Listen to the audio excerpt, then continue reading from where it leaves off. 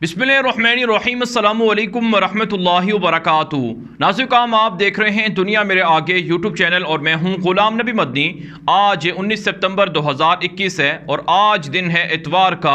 इस वीडियो के अंदर अफ़गानिस्तान की ताज़ा तरीन सूरत हाल, अफ़गानिस्तान से मुताल्लिक़ नई खबरें, नई अपडेट्स और नई मालूमात आपके सामने रखेंगे। नाज़रीन, एक बड़ी खबर सामने आ रही है कि ताजिकिस्तान के अंदर तालिबान के मुखालिफिन जमा हो रहे हैं और तालिबान के ख़िलाफ़ साजिशें कर रहे हैं और तालिबान के ख़िलाफ़ मुख्तलिफ प्लान बना रहे हैं, मंसूबे बना रहे हैं। साबिक़ के अशरफ गनी हुकूमत के वज़ीर दिफ़ा, जो अफ़गानिस्तान के काबुल हुकूमत के आखिरी वज़ीर दिफ़ा थे, बिस्मिल्लाह मोहम्मदी, उनके बारे में इतलात सामने आ रही हैं कि वो ताजिकिस्तान पहुँच गए हैं। और पहले उनके बारे में इतलात ही सामने आई थी कि वो अफ़गानिस्तान से दुबई भागे हैं और दुबई से तुर्की गए हैं, लेकिन बहरहाल अब वो एक मरतबा फिर ताजिकिस्तान आ चुके हैं। और ताजिकिस्तान के अंदर जो तालिबान के मुखालिफिन हैं वो पहले से वहाँ मौजूद भी हैं, जैसा कि अमरुल्लाह साले ताजिकिस्तान के अंदर रुपोश है। जनरल दोस्तम के हवाले से इतलात हैं कि वो भी ताजिकिस्तान के अंदर बैठा हुआ है और इसी तरह से अता नूर के हवाले से इतलात हैं कि वो भी ताजिकिस्तान के अंदर है। और इसके अलावा नासिर काम जो मीर इस्माइल ख़ान जो हिरात के अंदर तालिबान का मुखालिफ था, उसके बारे में भी इतलात हैं कि वो भी ताजिकिस्तान के अंदर मौजूद है। और काबुल हुकूमत के यानी अशरफ गनी दौर के जो कई ओहदेदार थे वो ताजिकिस्तान के अंदर मौजूद हैं। तो ताजिकिस्तान इस वक्त तालिबान के मुखालिफिन का गढ़ बना हुआ है, मरकज़ बना हुआ है। यहाँ पर तालिबान की मुखालफत के लिए मुख्तलिफ मंसूबे बनाए जा रहे हैं, प्लान बनाए जा रहे हैं। पंशीर के जो बागी हैं जिन्होंने तालिबान के ख़िलाफ़ आखिरी वक्त तक हथियार उठाए रखे, उनके बारे में भी इतलात हैं कि वो भी यहीं पर मौजूद हैं। अहमद शाह मसूद का बेटा अहमद ज़िया मसूद, उसके बारे में अगरचे इतलात हैं कि वो फ़्रांस के अंदर है, लेकिन इतलात ये भी सामने आई थी कि वो ताजिकिस्तान के अंदर मौजूद रहा है। तो इस तरह से नाज़रीन काम ताजिकिस्तान तालिबान के लिए एक ख़तरा बनता जा रहा है। ताजिकिस्तान के हवाले से इतलात पहले ये सामने आती रही हैं कि यहाँ पर, बल्कि अब भी ये इतलात मौजूद हैं कि यहाँ पर भारत का असर रसूख मौजूद है। भारत ने ताजिकिस्तान के अंदर फ़ौजी अड्डा बना रखा है, फ़ौजी बेस बना रखा है, ताकि अफ़गानिस्तान पर और पाकिस्तान पर यहाँ से भारत नज़र रख सके। और अब ताजिकिस्तान की जानिब से खुली दुश्मनी तालिबान के ख़िलाफ़ की जा रही है। अगरचे नाज़रीन काम अफ़गान तालिबान ताजिकिस्तान के लोगों से, हुक्मरानों से बातचीत भी कर रहे हैं और पाकिस्तान की जानिब से भी गुज़श्ता दिनों जब शंघाई ताउन तंजीम का इजलास हुआ तो उस मौके पर पाकिस्तान के वज़ीर आज़म भी ताजिकिस्तान गए और दीगर ऑफिशियल भी गए और कहा कि ताजिकिस्तान के अंदर अफ़गानिस्तान के हवाले से बातचीत हो रही है और मुज़ाकरात हो रहे हैं। तो अगर बात मुज़ाकरात की हद तक है तो ठीक है, लेकिन ऐसा लग नहीं रहा है कि अफ़गान तालिबान जो मासी के हुक्मरान हैं उनके साथ बातचीत करेंगे, क्योंकि वो करप्ट थे, दहशतगर्द थे और अवाम दुश्मन थे, उनके साथ बातचीत नहीं की जा सकती है। और फिर नाज़रीन काम आप जानते हैं तालिबान के जो मौजूदा वज़ीर आज़म हैं मुल्ला मोहम्मद हसन अखूंद, उनके हवाले से भी इतलात ये सामने आ रही हैं कि वो काबुल के अंदर ये बात कर चुके हैं, ये बात बयान दे चुके हैं कि उनकी हुकूमत के अंदर जो अशरफ गनी, हामिद करज़ई, अब्दुल्ला के दौर के लोगों को शामिल नहीं किया जाएगा। एक भी शख्स है जिसने चंद दिन भी ड्यूटी की हो अशरफ गनी की हुकूमत में, उसे ओहदे नहीं दिए जाएंगे। ये कहा गया था मुल्ला मोहम्मद हसन अखूंद के हवाले से जो तालिबान के वज़ीर आज़म हैं। तो बहरहाल नाज़रीन काम ताजिकिस्तान अफ़गानिस्तान के लिए ख़तरा तालिबान के लिए उस तरह से तो नहीं बन सकता है, लेकिन बहरहाल भारत की साजिशों पर पाकिस्तान को रद्द-ए-अमल देना चाहिए और भारत का जो फ़ौजी अड्डा ताजिकिस्तान के अंदर है इसे पाकिस्तान को ख़त्म करवाने की कोशिश करनी चाहिए और तालिबान भी इसके लिए कोशिश करें, वरना हालात किसी और तरफ जा सकते हैं।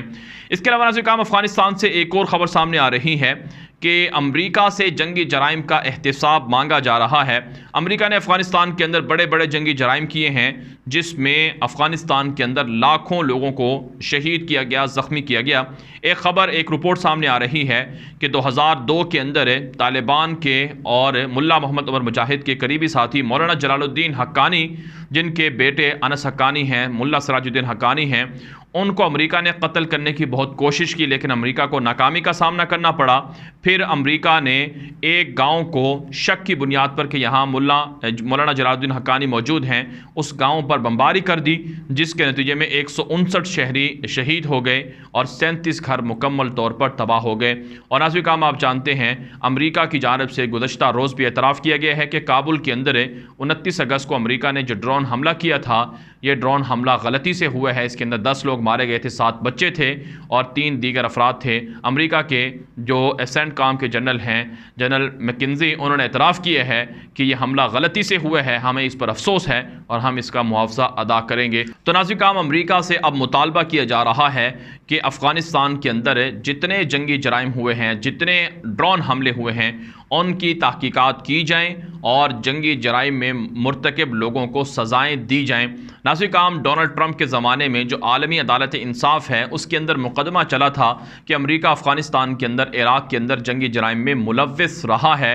यहाँ तक कि इसराइल के ख़िलाफ़ भी जंगी जराइम के हवाले से मुकदमात चलते रहे हैं, लेकिन ट्रंप ने आलमी अदालत इंसाफ को धमकियाँ दी और अपना जो रुकन है अमेरिका आलमी अदालत इंसाफ का, उससे ट्रंप ने अमेरिका को अलग कर दिया और इस बात की अलामत थी कि अमेरिका का कोई एहतिसाब नहीं कर सकता है। लेकिन बहरहाल नाज़रीन काम, अब अमेरिका के अंदर भी आवाज़ें उठ रही हैं। अब चाइना, रशिया, शुमाली कोरिया और दीगर ममालिक भी आवाज़ें उठा रहे हैं कि अमेरिका के जंगी जराइम का एहतिसाब होना चाहिए ताकि आइंदा किसी और मुल्क में अमेरिका जारियत ना कर सके।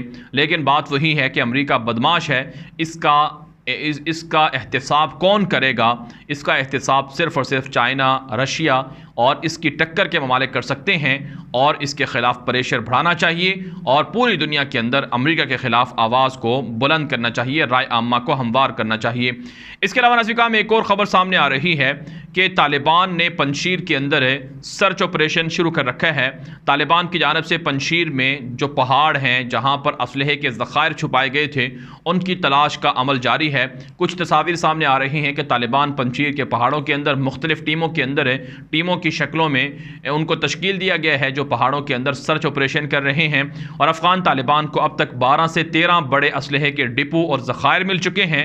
यहाँ तक कि अब एक और बड़ी खबर सामने आ रही है कि रूस के ज़माने में जो असलहे के डिपो थे पंजशीर के अंदर, वो भी तालिबान को मिले हैं और रूस के ज़माने के जो हेलीकॉप्टरों के इंजन थे वो भी तालिबान को हासिल हुए हैं, मिसाइल हासिल हुए हैं और छोटा बड़ा असलहा तालिबान को पंजशीर के पहाड़ों से बरामद हो रहा है, मिल रहा है।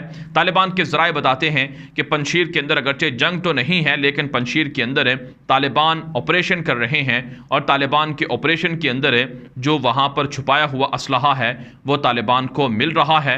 तालिबान को सबसे ज़्यादा असलहा पंजशीर के अंदर से मिला है क्योंकि पंजशीर के अंदर जो बागी थे और जो हुकूमत के लोग थे वो ज़्यादातर पंजशीर से ताल्लुक़ रखते थे, जैसा कि अमरुल्लाह सालेह है, यही जो बिस्मिल्लाह मोहम्मदी है और इसके अलावा अब्दुल्ला है और दीगर लोग थे जो पंजशीर से ताल्लुक़ रखते थे, जिन्होंने अमेरिका का असलहा और जो अमेरिका ने उन्हें दिया था, नेटो का जो असलहा था, वो असलहा यहाँ पर मुंतकिल करना शुरू किया था।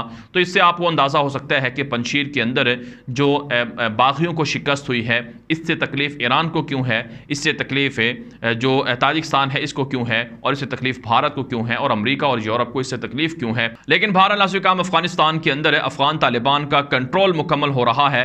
अफ़गान तालिबान ने पंजशीर के अंदर से बागियों का फितना कुचल दिया है और अब इतलात ये भी सामने आ रही हैं कि अफ़गान तालिबान पूरे अफ़गानिस्तान के अंदर एक नई फ़ोर्स को तैयार कर रहे हैं, एडवांस फ़ौज को तैयार कर रहे हैं।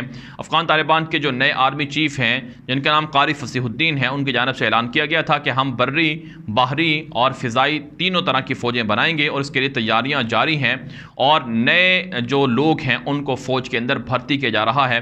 अफ़गान तालिबान के पेश नज़र हदफ है कि कम अज़ कम 3 लाख और ज़्यादा से ज़्यादा 5 लाख फ़ौज को तैयार किया जाए ताकि अफ़गानिस्तान पर आइंदा कोई हमला ना कर सके और इतनी ताकतवर फ़ौज हो जो जदीद असलहा चलाना जानती हो, जो फ़िज़ाई ताकत है उसमें भी हम इजाफ़ा करेंगे, तालिबान के आर्मी चीफ़ ने कहा है। और साथ साथ तालिबान की जानिब से ये भी कहा गया है कि जो फ़ौजी हैं उन्हें ट्रेनिंग दिलवाने के लिए, तरबियत दिलवाने के लिए, मशक़ें करवाने के लिए चाइना से और इसी तरह से रशिया से और तुर्की से और पाकिस्तान से बातचीत जारी है। नाज़रीन काम, दूसरी तरफ से जो आलमी सतह पर तालिबान के हक़ में राय आम्मा है वो काफ़ी हमवार हो चुकी है, लेकिन अमरीका और जो उनके इत्तेहादी हैं उनकी जानिब से तालिबान पर प्रेशर बढ़ रहा है, यानी मुख्तलिफ ममालिक पर प्रेशर बढ़ रहा है कि तालिबान को तस्लीम ना किया जाए। अगरचे तालिबान के हक़ में चाइना के, रशिया के, तुर्की के, पाकिस्तान के, कतर के पॉजिटिव बयान सामने आ चुके हैं, लेकिन अभी तक जो अमली तश्कील है कि हुकूमत को तस्लीम करने का मरहला, ये अभी तक नहीं हो रहा है और दुनिया अभी तक तालिबान के जो असासे मुंजमद किए गए हैं उन्हें भी दुनिया की जानिब से रिलीज़ नहीं किया गया है। तकरीबन $10 अरब से ज़ायद के असासे हैं, जो असासे अगर रिलीज़ ना किए गए तो इसकी वजह से नुकसान जो अफ़गानिस्तान की आवाम है उनको हो सकता है, बैंकिंग सेक्टर को हो सकता है, और इसी तरह से जो ताजर हैं उनको मुश्किलात का सामना करना पड़ सकता है। नाज़रीन काम, इसके अलावा एक और ख़बर ये सामने आ रही है कि अक़वाम मुत्तहिदा ने एक रिपोर्ट जारी की है जिसके अंदर फ़ेसबुक के ख़िलाफ़ जो इल्ज़ामात हैं वो खुलकर सामने आए हैं कि फ़ेसबुक ना सिर्फ मुखालिफिन की जासूसी करवाता रहा है, बल्कि जो रिपोर्ट के अंदर बात कही गई है कि जो रोहिंग्यन मुसलमान हैं, बर्मा के मुसलमान हैं, जिनको वहाँ की बुद्धिस्ट दहशतगर्द हुकूमत की जानिब से शहीद किया गया था, तकरीबन 8 लाख से ज़ायद मुसलमान हैं, उनको शहीद या घरों से बेघर या उन्हें ज़ख्मी किया गया है। और इस वक्त भी 30 लाख से ज़ायद जो रोहिंग्यन मुसलमान हैं वो बांग्लादेश के कैंपों के अंदर मासूर हैं। तो जिस ज़माने में ये ज़माना है 2016 का, 16 से 17 का ज़माना है, जब रोहिंग्या के अंदर जो बुद्धिस्ट दहशतगर्द हुकूमत थी उन्होंने ऑपरेशन किया था, तो उस मौके पर फेसबुक ने जो दहशतगर्द हुकूमत थी उसका साथ दिया था। और यही कुछ फेसबुक अफ़गानिस्तान के हवाले से कर रहा है। तालिबान के हक़ में पोस्टें अगर नशर की जाएँ तो फेसबुक पर उस अकाउंट्स को ब्लॉक कर दिया जाता है। और इसी तरह से फेसबुक जो आज़ादी इजहार राय है उसके हवाले से डुअल स्टैंडर्ड का हामिल सामने आ रहा है, यानी उसकी मुनाफ़क़त और दोगलापन खुलकर सामने आ रहा है। यह अक़वाम मुत्तहिदा की रिपोर्ट में बात साबित हुई है। तो इससे आपको अंदाज़ा हो गया होगा कि एक तरफ से इंसानी हकूक़ की बात यूरोप करता है कि तालिबान इंसानी हकूक़ की वायलेशन कर रहे हैं, दूसरी तरफ से यूरोप के इदारे इस बात पर खामोश हैं कि रोहिंग्या के अंदर और अराकान के अंदर, रखाइन रियासत के अंदर मुसलमानों पर जुल्म होता है, तो वहाँ पर इंसानी हकूक़ के हवाले से क्यों आवाज़ नहीं बुलंद होती है।